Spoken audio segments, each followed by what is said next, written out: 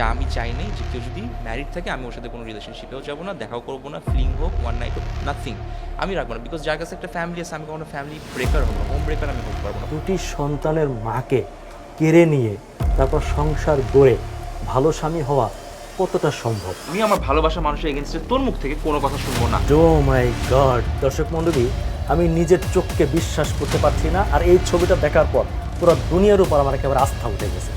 যে আপনারা লক্ষ্য করে দেখুন, এটা সুন্দর পরিবার যেখানে একটি সন্তান কাঁধের উপর আর একটি সন্তান পেটের মধ্যে, স্বামী তার স্ত্রীর পেটে চুমু খাচ্ছে। আমার মনে হয় পৃথিবীতে এত রোমান্টিক, এত সুন্দর ছবি আর একটাও দেখা যাবে না। আপনি কি একবার ভাবতে পারেন যে এই যে মহিলাকে আপনি দেখতে পাচ্ছেন, হ্যাঁ, এই মহিলা দিশা ইসলাম, তিনি হচ্ছেন বর্তমান সময়ের ক্রাশ, লক্ষ তরুণের রাতের ঘুম হারাম করা একজন প্লে বয় এবং বাংলাদেশের নাম্বার 1 ইউটিউবার সালমান মুক্তাদিরের স্ত্রী, অর্থাৎ একজনের বউ আর একজনের স্ত্রী। এটি নিয়ে চলছে তোলপাড়, এটি নিয়ে সারা দেশে আলোচনা সমালোচনার শেষ নেই।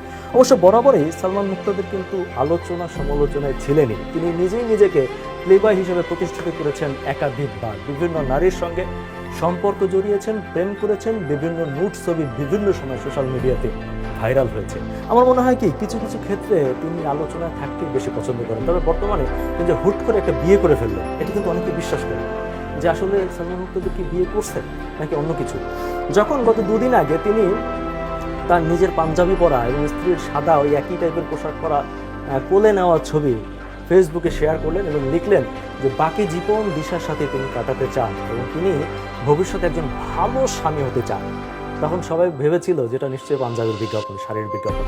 আমরা ভেবেছিলাম যে নিশ্চয়ই আমরা দেখতে পাবো যে শাড়ি আর পাঞ্জাবের নতুন একটি ব্র্যান্ড লঞ্চ হচ্ছে বাংলাদেশে, কিন্তু না। দর্শক, তিনি আবার কনফার্ম করেছেন, বলেছেন যে আলহামদুলিল্লাহ, আল্লাহ পাকের অশেষ রহমতে বাড়ির পাশের মসজিদে গিয়ে নিজেই বিয়েটি শেষ করলাম এবং আমরা সকলের কাছে দোয়া চাই। তিনি কিন্তু আরেকটি কথা বলেছেন দর্শক, তার এই বিয়ে নিয়ে কোনো মন্তব্য করা যাবে না, কোনো কথা বলা যাবে না, তাহলে আপনি হবেন কুৎসিত কিংবা হীন মানসিকতা। অর্থাৎ অন্যের সুখ যারা সইতে পারবে না তারাই নাকি তাদের এই বিয়েকে ভালোভাবে নিতে পারবে না। অর্থাৎ আপনি যদি এখন ভালো মানুষ হতে চান, ভালো মানুষ হিসাবে নিজেকে জাহির করতে চান, তাহলে আপনার এই সম্পর্ককে, এই বিয়েকে চমক হিসাবে নিতে হবে এবং এদেরকে উইশ করতে হবে, কারণ তারা সুখে আছে এবং সালমান মুক্তাদির ভালো স্বামী হয়ে থাকতে চান। দর্শক, কথা হচ্ছে আর একজনের দুটি সন্তানের মাকে কেড়ে নিয়ে তারপর সংসার গড়ে ভালো স্বামী হওয়া কতটা সম্ভব সেটা নিশ্চয়ই আপনারা আমাকে লিখে জানাবেন। আরেকটা ব্যাপার, এই যে ভদ্রমহিলা যার নাম হচ্ছে দিশা ইসলাম, তিনি থাকেন কানাডায় এবং তিনি সেখানে দীর্ঘদিন তার স্বামীর সাথে অবস্থান করছেন। একটা বিষয় কিন্তু মোটেই না বললে না, সেটা হচ্ছে এই ভদ্রমহিলা সালমান মুক্তাদিরের চাইতে 13 বছরের বড়।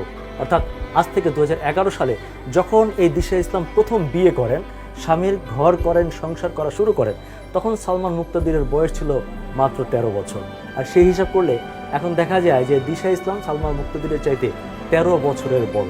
13 বছরের বড় একজন মানুষকে নিয়ে এবং আরেকজনের ঘর ভাঙা মানুষকে নিয়ে সংসার কতটা সুখের হয় সেটাই দেখার বিষয়। তবে নেটিজেনদের আলাপ আলোচনা কিন্তু শেষ নেই। শেষ থাকবে কীভাবে বলুন তো? যে দেশের এমন মনে হয় অনলাইনে সোশ্যাল মিডিয়ায় খুব কম তরুণী আছেন যারা সালমান মুক্তাদিরকে পছন্দ করেন না। তার স্টাইল, তার ফ্যাশন, তার গ্ল্যামার দেখে অনেকেই কিন্তু অপেক্ষায় ছিলেন যে তারা শেষ পর্যন্ত দেখতে চান যে সালমান মুক্তাদির কাকে বিয়ে করে।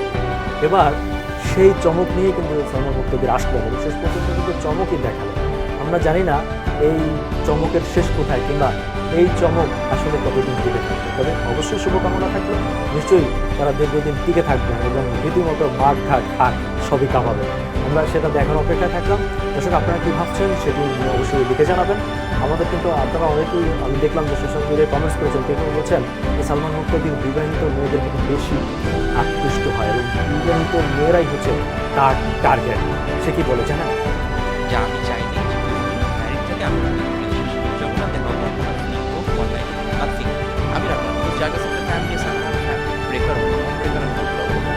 বাট যদি কেউ এমন হয় কারো আগে ফ্যামিলির সাথে ডিভোর্স ছিল, মাই কনসার্ন তার পাস্টে কী আছে ওইটা আমার হইতে পারে। এখানে এমন যে টার্গেট করার কিছু নেই। কারোর সাথে যদি আমার ভালো লাগে, কারো যদি আমাকে ভালো লাগে, কনসেনশুয়ালি আমি ডেফিনেটলি তাদের সাথে টাইম স্পেন্ড করবো। লুকানোর কিছুই নেই এখানে।